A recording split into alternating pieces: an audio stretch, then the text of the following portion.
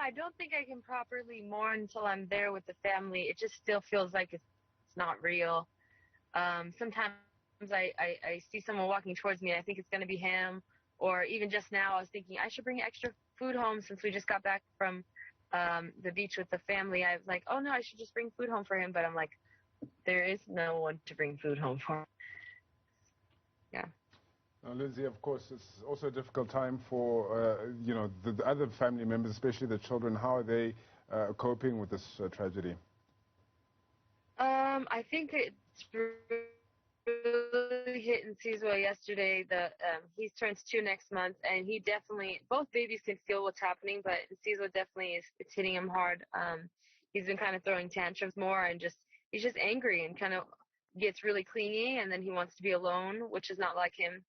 And yeah, yesterday he was just saying "Dad, Dad," and calling for him like he used to call for him from the other room, and it's making me so sad. I just keep having to tell him, he's not with us right now. We'll see him again one day, but he's I say, oh God, no more. He's not here right now. He's you know. So you want just for coming and ensuring that your line is really sufficient for us to speak to you, Lindsay.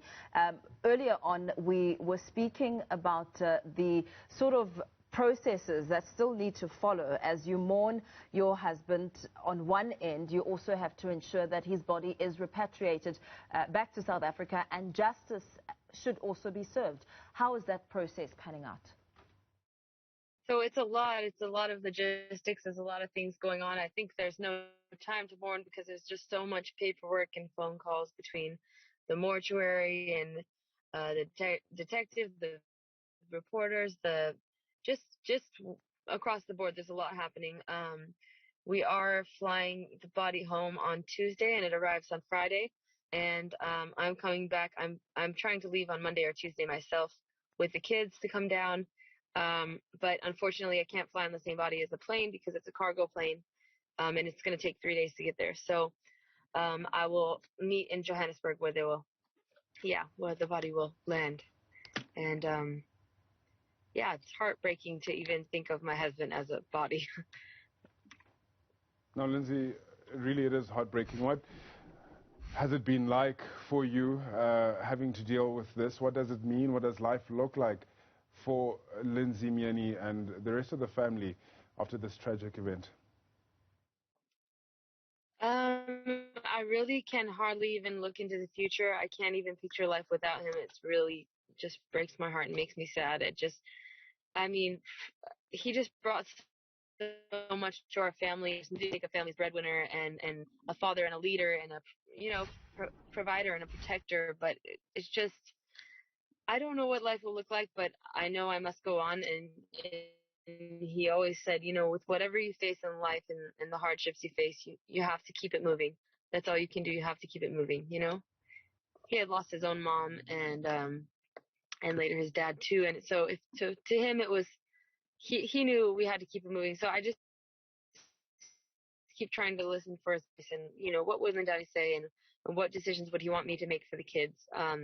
It's really blurry as to whether we'll live in South Africa and stay there or if I'll even be able to because I don't have citizenship in South Africa, though my kids are going to be South African citizens. I'm not. So can I even stay there?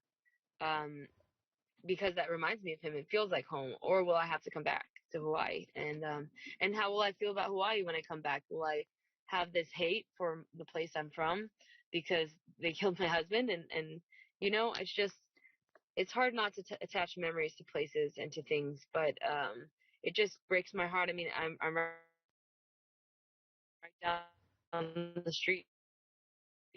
I'm parked in front of my house, but I have to drive where he was murdered every day, and that's really hard. It's only like 5 blocks down, and I don't have to convince anyone of Lindani's character. He was a stand-up man, and anyone who knew him knows that. And whatever happened in those last 18 minutes after I talked. We appear to have lost Lindsay Myeni there, talking to us, really just trying to make sense of a crime that that went horribly wrong here when it comes to the life of Lindani Myeni, as well as the family now making those preparations to file a wrongful death lawsuit against the city of Honolulu in Hawaii.